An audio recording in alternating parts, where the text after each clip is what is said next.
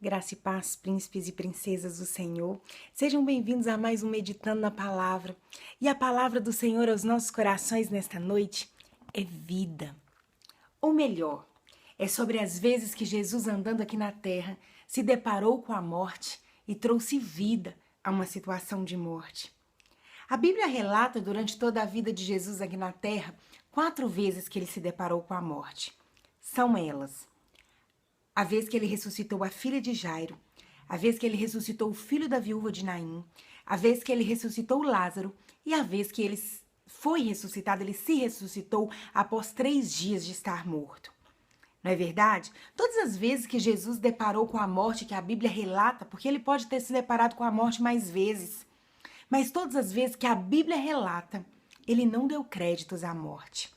Ele falou com aquelas pessoas como se elas estivessem vivas e trouxe-as de volta à vida. Mas outro dia eu ouvi um grande homem de Deus pregando sobre esse assunto. E ele fez uma analogia sobre a situação dessas 3 primeiras mortes com a nossa vida. São 3 momentos diferentes que houve a ressurreição. Primeiro, da filha de Jairo, ela estava em casa. Ela estava numa situação particular, ela estava numa situação familiar. A segunda, que é o filho da viúva da cidade de Naim, ela estava num cortejo. A cidade toda já sabia daquela morte. A cidade toda já sabia que havia acontecido uma tragédia naquela família. A terceira, Lázaro já estava sepultado.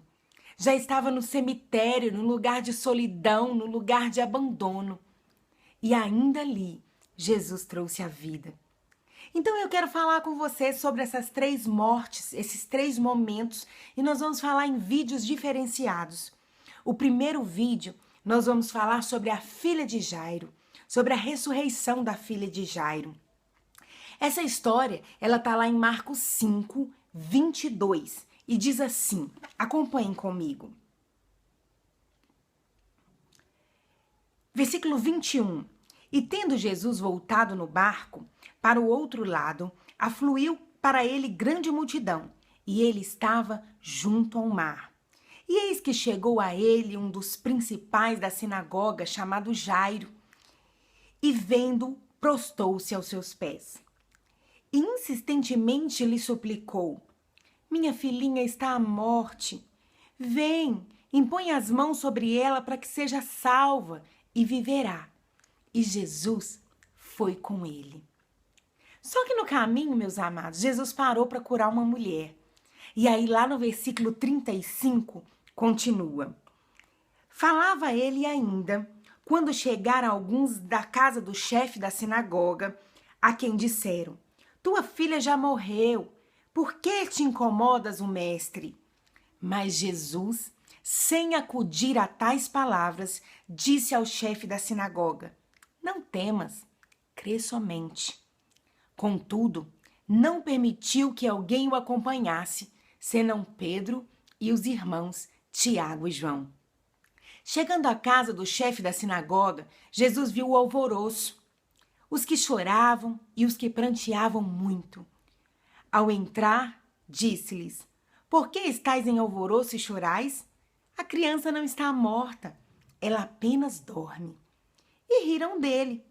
Tendo ele, porém, mandado sair todos, tomou o pai e a mãe da criança e os que vieram com ele e entrou onde ela estava. Tomando-a pela mão, ele disse: Talitá cumi, que quer dizer: menina, eu te mando, levanta-te. Imediatamente, a menina se levantou e pôs-se a andar, pois tinha 12 anos. Então, ficaram todos sobremaneira admirados. Mas Jesus ordenou-lhes expressamente que ninguém o soubesse e mandou que dessem de comer à menina. Observe essa situação. A menina estava morta, mas ela estava em casa. Era uma situação de velório. Trazendo uma analogia para a nossa vida, o que pode ser uma situação de velório familiar, né? Além do próprio velório. Enquanto a sua situação, a sua tragédia, a sua morte, seja ela qual for, em qual área da sua vida, enquanto ela está numa situação familiar, Só os mais próximos estão sabendo. A cidade ainda não sabia que a filha de Jairo tinha morrido. Aliás, quando Jairo foi pedir para Jesus, ela ainda não tinha morrido. No caminho, quando Jesus parou para curar a mulher, é que nesse interstício de tempo, ela faleceu, chegou alguém para contar para Jairo e Jesus disse: não temas, crê somente. Mas até então, não havia divulgação de que aquela menina estava morta. Muitas das vezes, você tem vivido alguma situação familiar, alguma morte familiar. Às vezes é uma morte no seu casamento, às vezes é uma morte com seu filho, às vezes o seu filho está te dando decepções, seu filho está nas drogas, seu filho não quer nada com Jesus. Às vezes é um marido que não quer libertação e que só te dá trabalho e que você sabe que você, como mulher sábia, tem que edificar a casa, mas você já não sabe mais o que fazer. Às vezes é você, marido, que não sabe mais o que fazer para ser sacerdote do seu lar e a sua mulher é incontrolável e você não sabe mais o que fazer. Às vezes são as suas finanças. Às vezes você já está em descrédito, a sua família já não acredita mais em você.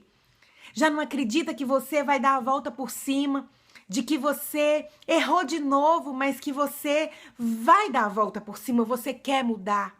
Você quer estruturar suas finanças, você quer estruturar seu casamento, você quer ser um pai e uma mãe melhor, você quer ser um filho melhor. E a sua morte ainda está numa situação familiar. Ela ainda não se tornou pública, como num cortejo ou como após sepultada. Mas hoje Jesus manda te dizer que a vida chega à sua casa.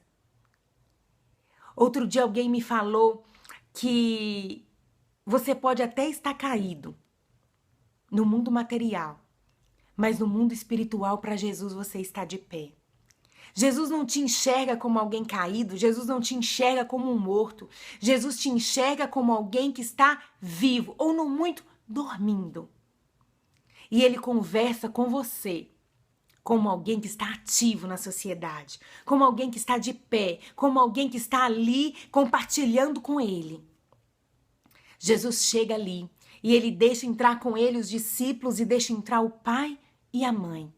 É uma situação de intimidade. Hoje a vida chega na sua casa.